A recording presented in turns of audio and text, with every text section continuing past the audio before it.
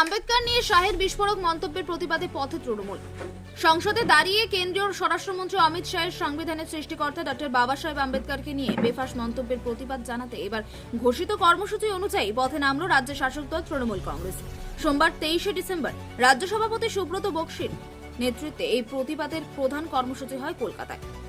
তার আগে ধর্মতলায় আম্বেদকরের মূর্তিতে মাল্যদান করা হয়। দলের হয়ে অবস্থান প্রকাশ্যে আনেন ঘাসফুল শিবিরের রাজ্য সহ সভাপতি জয়প্রকাশ মজুমদার।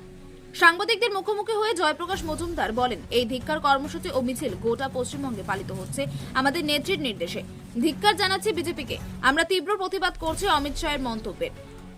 আম্বেদকর দলিত সমাজ থেকে উঠে এসে সংবিধান রচনা করেছিলেন।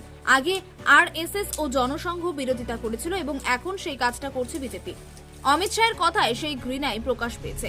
উল্লেখ্য, 17 ডিসেম্বর সংসদে দাঁড়িয়ে বক্তৃতা চলাকালীন সংবিধানের রচয়িতা ডক্টর বাবা সাহেব আম্বেদকরকে নিয়ে বিস্ফোরক মন্তব্য করে বসেন কেন্দ্রীয় স্বরাষ্ট্রমন্ত্রী অমিত শাহ। তিনি বলেন, আম্বেদকর আম্বেদকর আম্বেদকর আম্বেদকর আম্বেদকর ফ্যাশন হয়ে গেছে এটা একটা। 7 জন্মের জন্য স্বর্গবাস হতো যদি এতবার ভগবানের নাম নিতেন। এমন মন্তব্যে ক্ষুব্ধ হয়ে কংগ্রেস সাংসদরা প্রতিবাদ এবং বিক্ষোভ কর্মসূচিতে সামিল হন বাবা সাহেব ছবি হাতে নিয়ে সংসদ চত্বরে।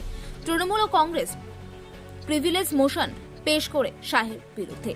হাত শিবির ও গেরুয়া শিবিরের সাংসদদের মধ্যে হাতাহাতি পর্যন্ত হয় এই বিষয়ে।